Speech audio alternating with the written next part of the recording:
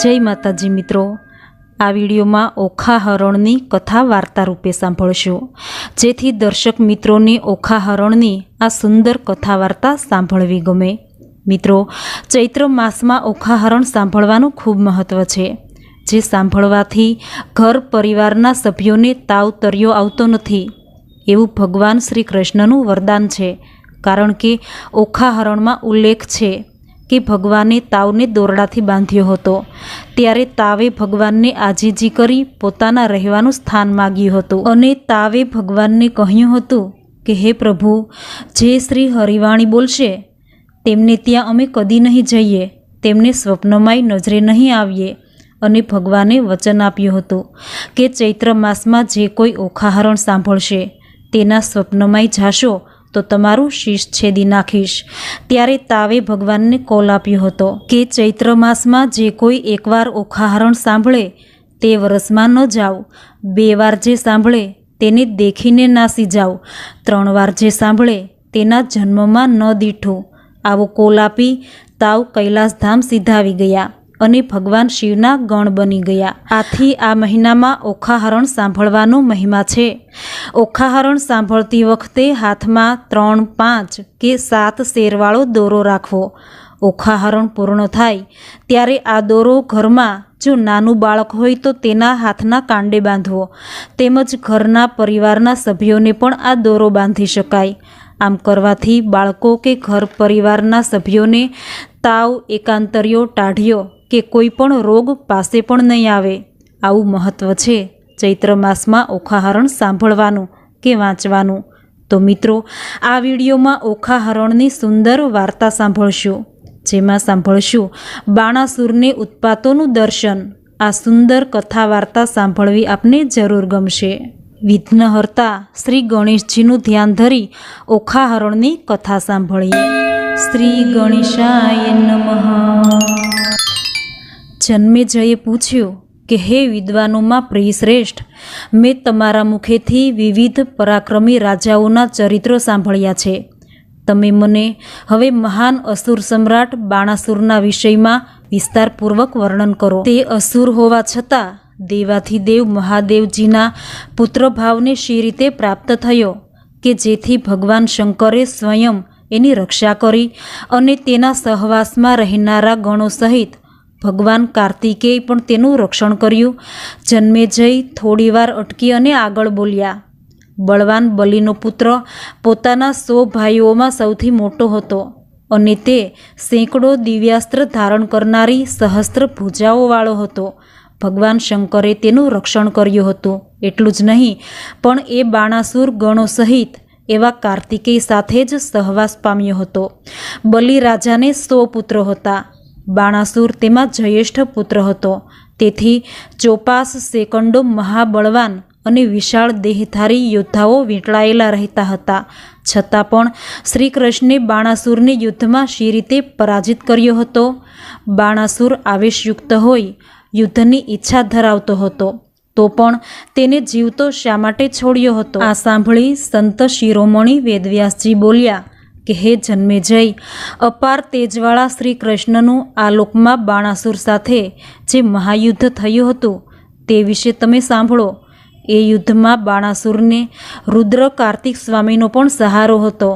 આમ છતાં પણ એ યુદ્ધમાં પોતાના વખાણ કરનાર બાણાસુરને જીત્યો હતો અને તેને અંતે જીવતો છોડ્યો હતો।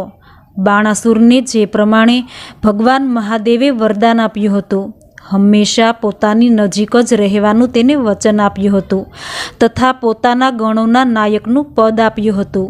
બાણાસુરનું ભગવાન શ્રી કૃષ્ણ સાથે જે મહાભયંકર યુદ્ધ થયું હતું તેમાં બાણાસુરને ભગવાન શંકરનો સાથ હતો તથા તો પણ શ્રી કૃષ્ણે તેને પરાજિત કર્યો અને જીવતા છોડવાનું કારણ તથા દેવાધિદેવ શંકરના પુત્રપણાને બાણાસુર કેવી રીતે પામ્યો હતો અને જેને કારણે એ મહાભયંકર યુદ્ધ થયું હતું, એ સઘળું વૃત્તાંત હવે તમે સાંભળો। વેદવ્યાસજી આગળ બોલ્યા કે એકવાર કાર્તિક સ્વામી રુદ્રનું આરાધન કરી રહ્યા હતા, ત્યારે તે જોઈને મહાપરાક્રમી બલિપુત્ર બાણાસુર અતિશય આશ્ચર્ય પામ્યો હતો। તેને પણ ઉગ્ર તપ કરવાનું મન થયું હતું. ઉગ્ર તપ કરીને ભગવાન ભોળાનાથને પ્રસન્ન કરી તેમના પુત્ર થવાની બાણાસુરને ઈચ્છા થઈ હતી.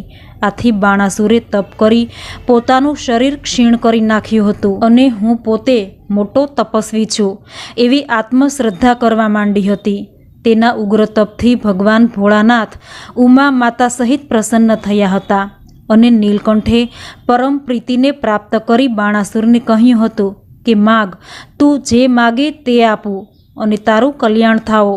ત્યારે બાણાસુરે આંખો ખોલી અને મહેશ્વરને કહ્યું કે હે ત્રિનેત્રધારી પ્રભુ, આપ મારા તપથી ખરેખર પ્રસન્ન થયા હો અને મને વરદાન આપવા માગતા હો તો બસ હું એટલું જ માગું છું કે હું માતા ઉમાદેવીનો પુત્ર થવા ઈચ્છું છું. મારે બીજું કંઈ નથી જોતું. આ સાંભળીને ભોળાનાથ ધીમું હાસ્ય રેલાવતા તથાસ્તુ કહી અને પછી પાર્વતીજી સામે જોઈ અને ભોળાનાથે કહ્યું કે આ બાણાસુરને તમે કાર્તિકજીના નાના ભાઈ તરીકે સ્વીકારો. એ આજથી તમારો પુત્ર છે એનો તમે સ્વીકાર કરો. કાર્તિકેયજી અગ્નિથી ઉત્પન્ન થયા છે.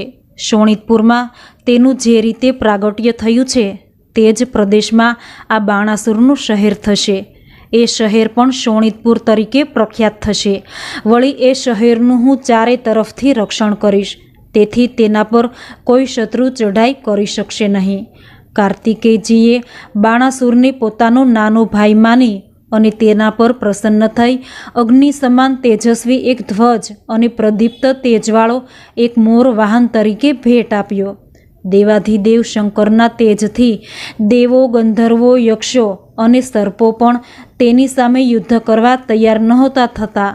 આમ ભગવાન શંકરથી સદાય રક્ષિત હોવાથી બાણાસુર ઘમંડી બની ગયો હતો અને પોતાના અપાર બળને કારણે છકી ગયો હતો. તે હંમેશા યુદ્ધ શોધ્યા કરતો હતો. આથી એક દિવસ તે ભગવાન ભોળાનાથ પાસે ગયો. આટલું કહીને વેદવ્યાસજી થોડીવાર માટે અટકી ગયા. ત્યાર પછી લાંબો શ્વાસ લઈ વ્યાસજી આગળ બોલ્યા કે ભગવાન શંભુની સ્તુતિ વંદના કરીને બાણાસુર બોલ્યો કે હે તાત, મેં તમારા આશ્રયથી મદ, અન્ન અને બળના અભિમાનને કારણે સાધ્ય દેવો સહિત અને મરુદ ગણો સહિત દેવોને અનેક વાર જીત્યા છે. તેથી તેઓ પરાજયથી ખૂબ જ ત્રાસી ગયા છે અને મને પરાજિત કરવામાં નિરાશ થયા છે. તેથી આ શહેરમાં આવી સુખેથી વસી રહ્યા છે. કેટલાક દેવો તો મારાથી હારીને સ્વર્ગમાં જઈ આરામથી રહે છે. હવે મારી સાથે યુદ્ધ કરવાવાળું કોઈ રહ્યું નથી. આથી હું યુદ્ધ વિના નિરાશ થઈ ગયો છું.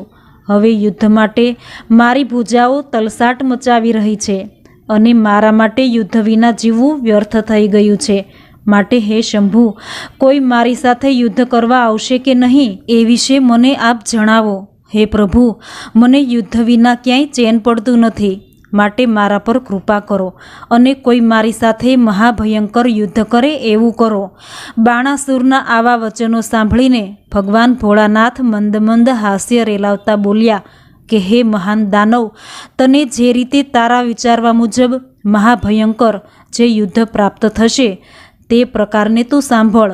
અને દાનવરાજ, તારો આ ધ્વજ પોતાના સ્થાને સ્થાપિત થયો હશે, છતાં જ્યારે પણ તેનો ભંગ થશે ત્યારે તને મહાભયંકર યુદ્ધ પ્રાપ્ત થશે. ભગવાન ભોળાનાથના આવા વચનો સાંભળીને બાણાસુરના હર્ષનો કોઈ પાર રહ્યો નહીં. એ અતિશય ખુશાલ થઈ ગયો અને પ્રસન્ન ચિત્તે બોલ્યો, બહુ સારું થયું કે મેં જે એક સહસ્ત્ર હસ્ત ધારણ કર્યા છે તે નકામા નહીં જાય. આમ કહીને તેના નેત્રો ખુશીના આંસુથી ઉભરાઈ ગયા અને પછી તેણે 500 અંજલિમાંથી ભગવાન ભોળાનાથનું પૂજન કર્યું અને દંડવત પ્રણામ કરી પોતાના મહેલે જવા તૈયાર થયો. ત્યારે મહેશ્વર બોલ્યા કે હે વીર મહાબાહુ, ઊઠ, ઊભો થા. તું તારા 1000 હાથો અને તારા કુળને યોગ્ય એવું અનુપમ મોટું યુદ્ધ પ્રાપ્ત કરીશ. વેદવ્યાસજી આગળ બતાવતા કહેવા લાગ્યા કે ત્રિનેત્રધારી શંકર ભગવાને બાણાસુરને કહ્યું. ત્યારે તેણે હર્ષથી અતિ ઉન્નત બની તત્કાળ ભોલાનાથને નમન કર્યું અને પછી નીલકંઠે જ્યારે તેને વિદાય આપી ત્યારે શત્રુઓના નગરો પર વિજય મેળવનાર બાણાસુર પોતાના મહેલમાં મોટા ધ્વજ ગ્રહમાં ગયો અને ત્યાં આરામથી બેઠો.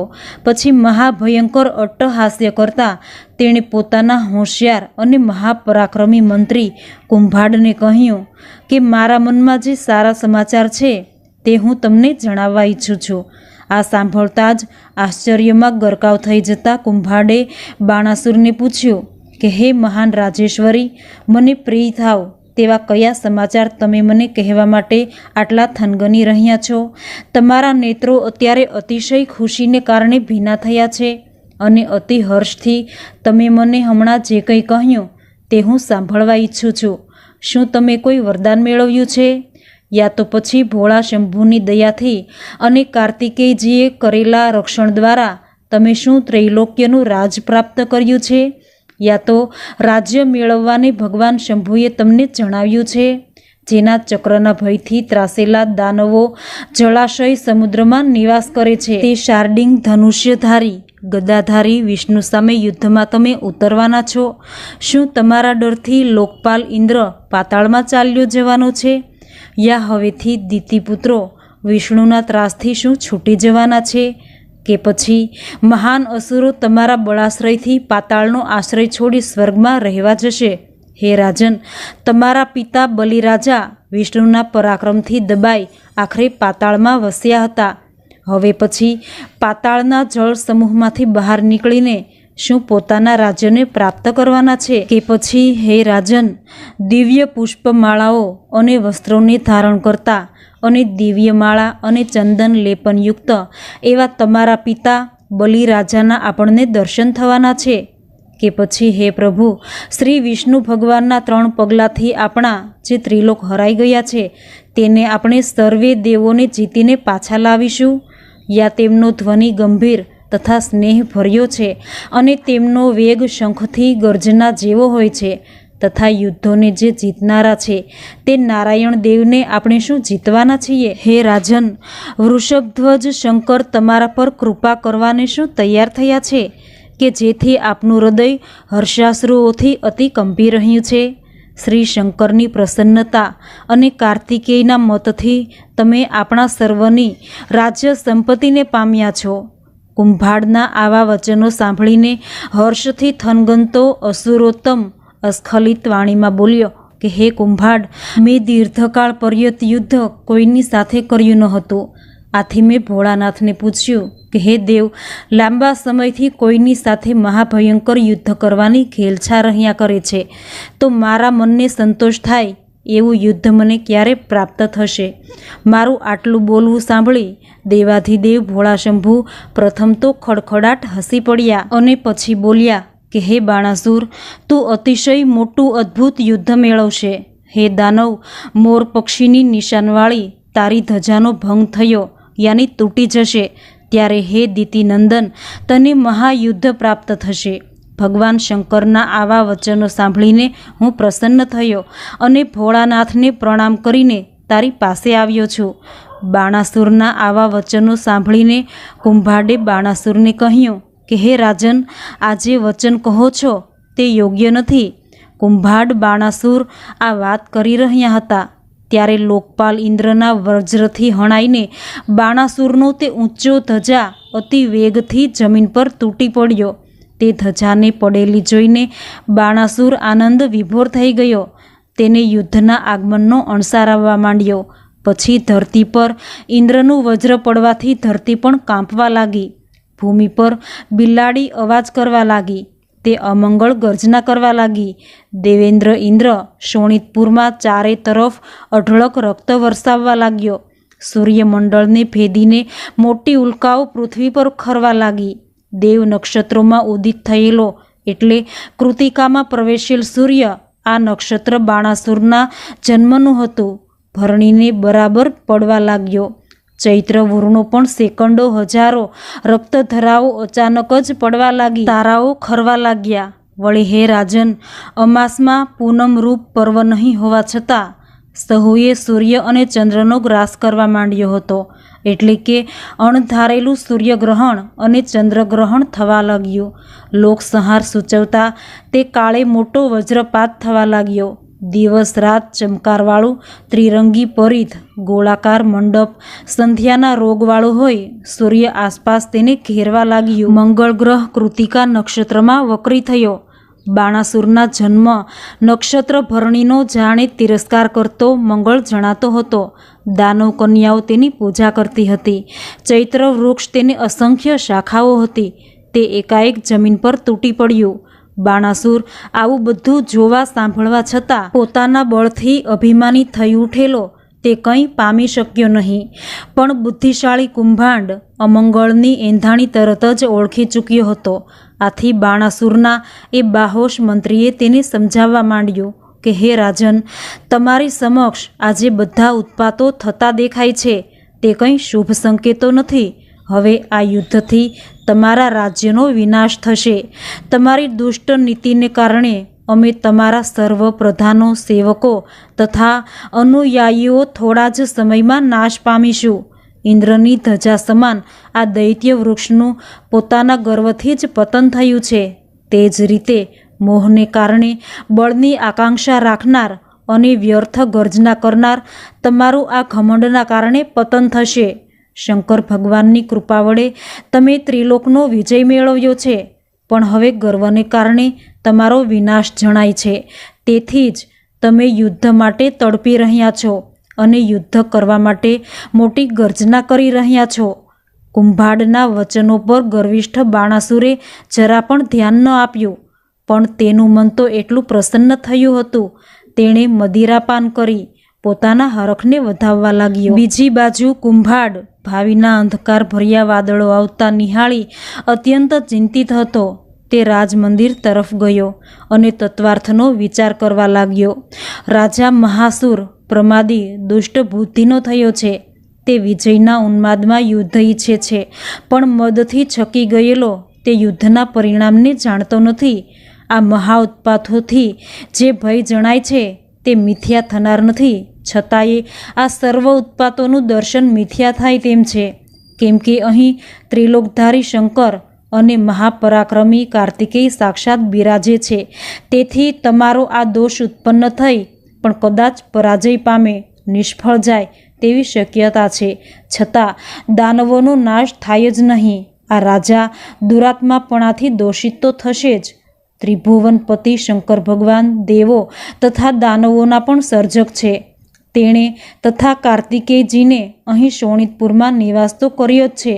કાર્તિકેયજી બાણાસુરને પોતાના પ્રાણથી પણ વધારે ચાહે છે અને ભોળાનાથને પણ તે અતિશય પ્રિય છે. પણ બાણાસુરે ગર્વિષ્ઠપણાથી પોતાના વિનાશ માટે જ ભોળાનાથ પાસે યુદ્ધરૂપી વરદાન માગ્યું છે અને યુદ્ધને કારણે જ બાણાસુર લાલચુ રહે છે અને તેથી અંતે તો મરવાનો જ છે.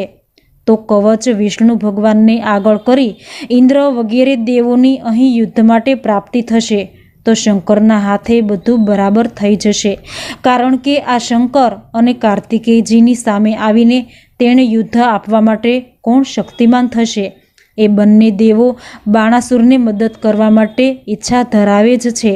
ગમે તેમ પણ દેવોના દેવ ભગવાન શંકરનું વચન કોઈ કાળે પણ મિથ્યા નહીં થાય. તેથી સર્વ દાનવોનો નાશ કરનાર મહાયુદ્ધ અવશ્ય થશે જ. આ તત્વર્થને જાણનારો કુંભાડ બહુ જ ચિંતિત હતો. પછી તે મહાઅસુરે મનમાં કલ્યાણકારી સમાધાન કર્યું. જે લોકો પુણ્ય કર્મો કરનાર દેવો સાથે વિરોધ ધરાવે છે તેઓ યુદ્ધમાં જેમ બલિરાજા બંધાયો હતો તે જ રીતે વિનાશ પામે છે. ઓખાહરણનો પ્રથમ ખંડ સમાપ્ત. બોલો ભગવાન શ્રી હરિની જય. મિત્રો, ઓખાહરણનો બીજો ભાગ સાંભળવા માટે મારી ચેનલને અત્યારે જ સબસ્ક્રાઈબ કરી દેજો. આ વિડીયો પસંદ આવ્યો હોય તો લાઈક કરજો. કમેન્ટમાં જય શ્રી હરિ જરૂર લખજો.